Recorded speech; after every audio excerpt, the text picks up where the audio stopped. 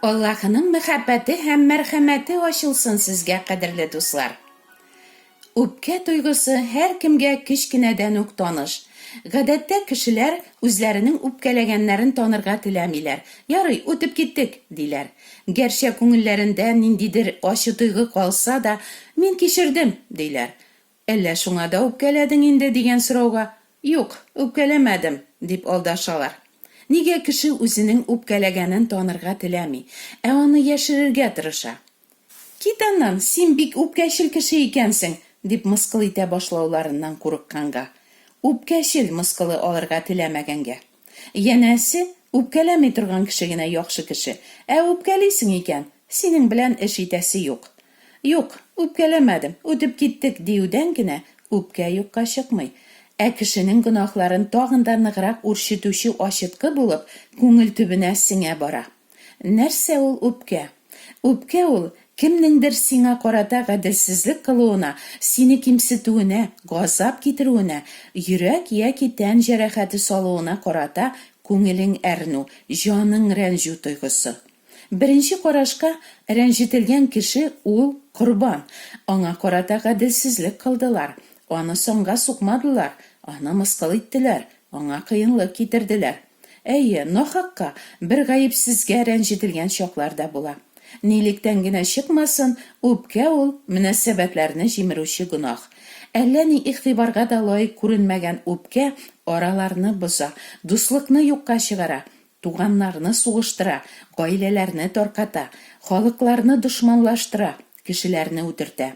Инесенә һәм Раббыга карата туган үпкә ачу Кабилне кеше үтерүче итә.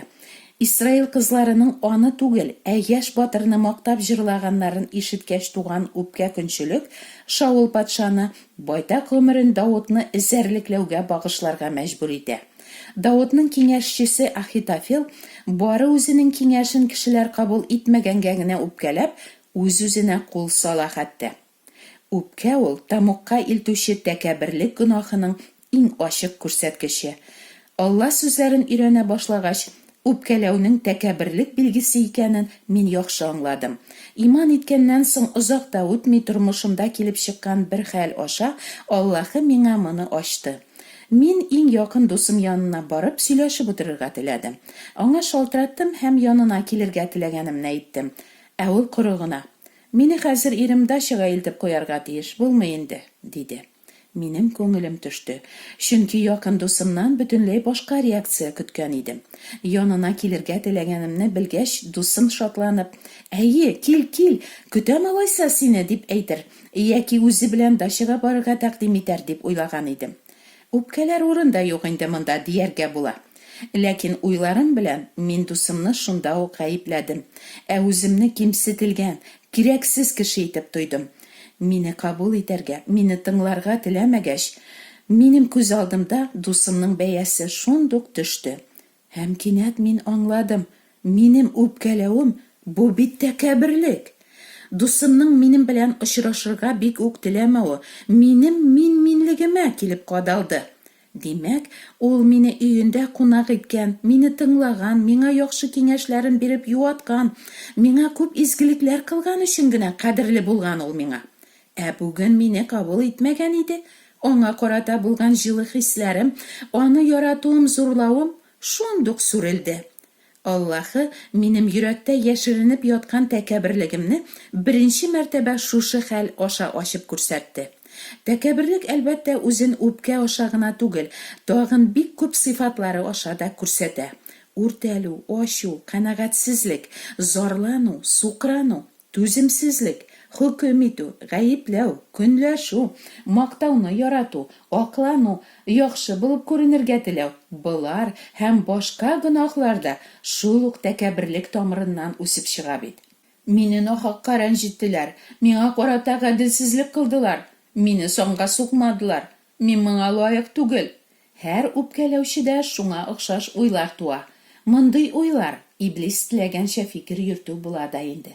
Ул явыз зат еш кына бездәге мин поты аша эш итә. Сине кимсетергә, рәнҗетергә, синең хокукларыңны чикләргә, сиңа кыенлык китерергә беркемнең дә хакы юк, янәсе.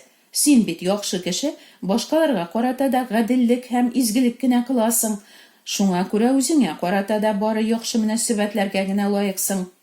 Мондый фикерләрне Иблис юн баскан мөгезле койрыклы җин кыяфәтендә безгә күренеп түгел, ә танылган язучылар, фәлсәфәчеләр, психологлар, күренекле галимнәр, укымышлы дин әһелләре аша кат-кат әйтә һәм миебезгә сеңдерергә тырыша.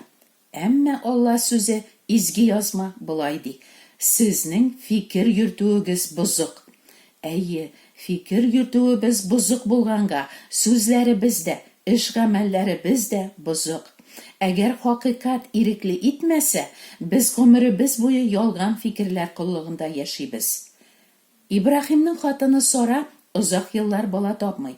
Ибраһимга мирасчы тусын дип, үзләре яшәгән халыклар арасындагы йола буенча Сара үзенең асравын иренең кочагына бирә. Балага узганын белгәннән соң, Хаҗар үзенең хуҗабикәсен санламый башлый. Әлбәттә, Сарага бу ошамый. Ниндидер кол үзен шулай тәкәбер тотсын инде. Аның күңеле рәнҗи һәм Сара Ибраһимга: "Минем үпкәмдә син гаепле", ди. Әйе, гаиләдә еш кына шулай. Хатын үпкәләп ирен гаепли, ә ир гаепне хатынында күрә. Сара үзенең үпкәләгәнен яшермичә әйтә. Игътибар итегез, үпкәләгәнеңне яшермәү бу дөрес гамәл. Үпкәләгәнеңне тану һәм әйтү минлелегең белән көрәшүдә зур кыюлык ул һәм гөнаһтан чыгу өчен иң беренче дөрес адым. Әгәр кеше үпкәләгәнен танырга, үкенеп тәүбә итәргә теләми, "Юк, үпкәләмәдем", дип ялган әйтә икән, ул кеше гөнаһ ачыткысында кала һәм адашу юлыннан китә. Андый кешене Иблис үзенә юлдаш итәргә бик шат, чөнки ялган әйтүчене ул ярата. Гөнаһын яшерүче кешенең башкаларга, бигрәк тә рәнҗетүчесенә һәм үзен фаш итүчегә карата бәгыре катып китә. Алардан ул читләшә, үзе турында аларның фикереннән курка. Үпкәләүче еш кына үзенә бикләнә, беркем белән дә ачылып, ихлас сөйләшмәскә сүз бирә. Ә бу вакыт аның күңелендәге ачы тамыр ныгый һәм аны хакыйкать юлыннан читләштергәннән читләштерә. Гөнаһын танып ихлас тәүбәгә килмәүчене Алла сүзе кисәтеп булай ди: "Карагыз аны, беркем дә Аллаһының мәрхәмәтеннән мәхрүм калмасын. Ачы тамырлы үлән үсеп чыгып, беркемгә дә бәла-каза китерерлек булмасын һәм күпләрне нәҗисләмәсен." Сара үпкәсен иренә әйтә, ләкин моның гөнаһ икәнен ул танымый. Шуңа күрә Сара ялгыш фикерләү юлыннан китә. Ул гаепне үзеннән түгел, ә башка кешедән эзли башлый. "Син гаепле", ди ул иренә. Йөрәкне әрнетеп торучы ачы үпкә тойгысыннан котылырга тырышып, башка берәүне гаепләү бу адашу һәм гөнаһта калу юлы. Чөнки үпкәгә һәркемне үзенең үк дөрес булмаган уйлары, теләкләре кертә һәм аны тозакка эләктерә. Үпкәләүчедә үзенә карата кызгану, жәлләү, ә үзен рәнҗетүчегә карата ачу туа.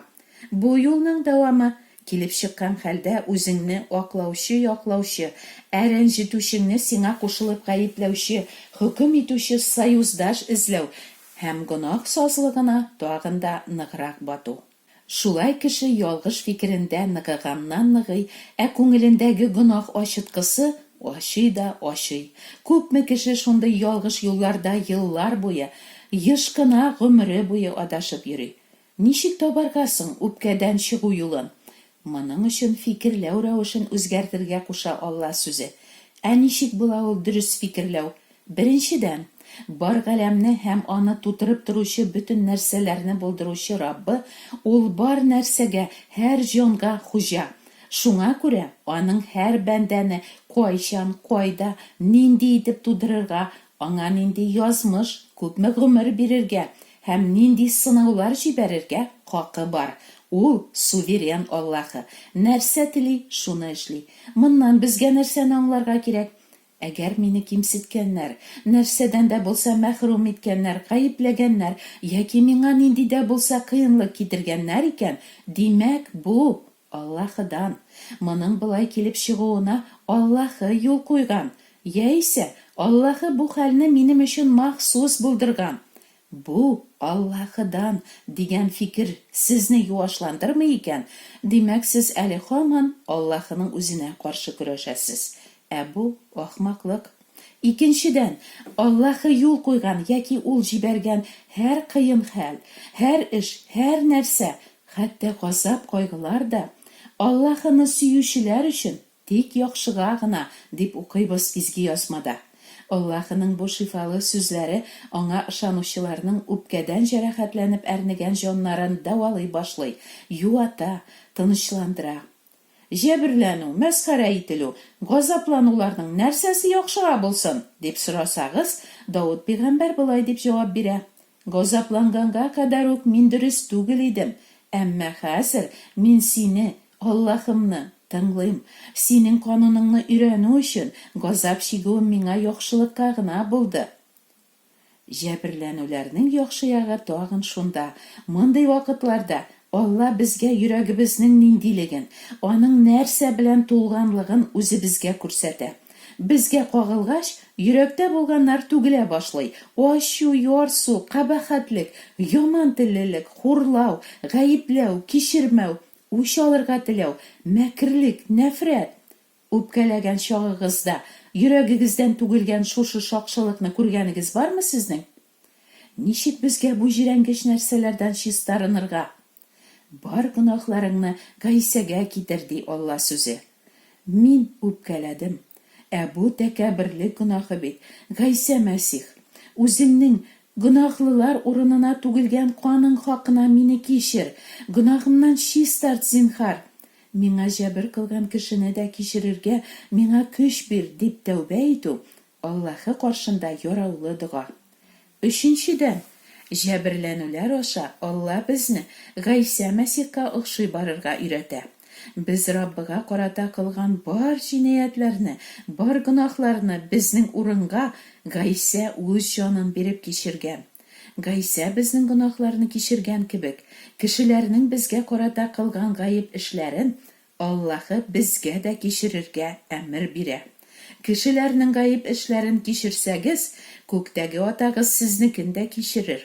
Ләкин сез үзегез башкаларны кичермәсәгез, сезнең гаеп эшләрне күктәге атагыз кичермәс, дип укыйбыз изге язмада.